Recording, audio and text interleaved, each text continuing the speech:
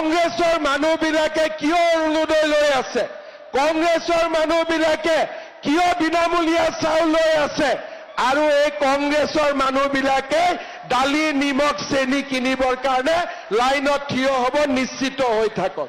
তাৰ মানে কংগ্ৰেছে লৈ থাকিব লাগে, আমি বিজেপি খিনিয়ে ল'ব নালাগে।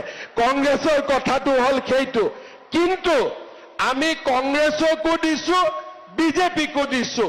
আমি দুখীয়া আৰু ধনীৰ পাৰ্থক্য আমি বিচাৰ কৰা নাই।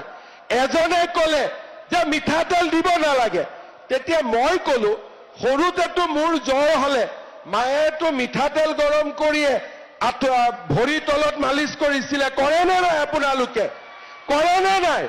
তাৰমানে কংগ্ৰেছে মাকৰ মৰমো বুজি নাপায়।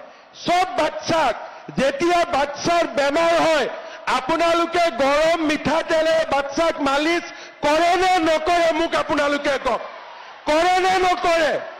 এতিয়া কংগ্ৰেছে মিঠাতেলক লৈ মোক জোকায়।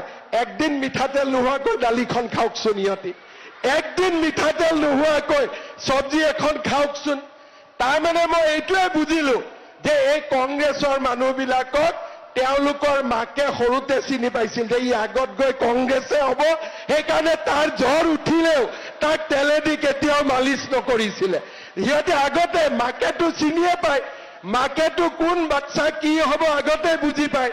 গতিকে মাকে বুজি পালে যে ই ডাঙৰ হয় ডাক্তৰ ইঞ্জিনিয়াৰ নহয়, ই ডাঙৰ হয় কংগ্ৰেছীয়ে হ'ব, সেইকাৰণে তেওঁলোকক কেতিয়াও মিঠাতেলেদি মালিচ কৰা নাছিলে। কিন্তু মই বুজি পাওঁ মিঠাতেলে হ'ল আটাইতকৈ মাক আৰু পুতেকৰ মাজত মমতাৰ আটাইতকৈ ডাঙৰ প্ৰতীকে হ'ল মিঠাতেল। আৰু সেইকাৰণে আমি যিহেতু আমাৰ মায়ে আমাক মিঠাতেল মালিচ কৰাই কৰাই ডাঙৰ কৰিছিলে, সেইকাৰণে আমি মাৰ মৰম বুজি পাওঁ। মই ঠিক কৈছো নে নাই কওক? মই ঠিক কৈছো নে নাই কওক?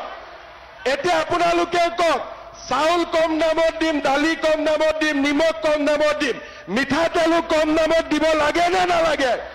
লাগে নে নালাগে?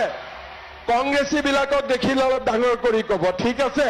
ইহঁতক দেখিলে অলপ ডাঙৰ কৰি ক'ব, ইহঁতৰ চুইচবিলাকত নটটো লুজ হৈ আছে, অলপ টাইট কৰিব লাগে।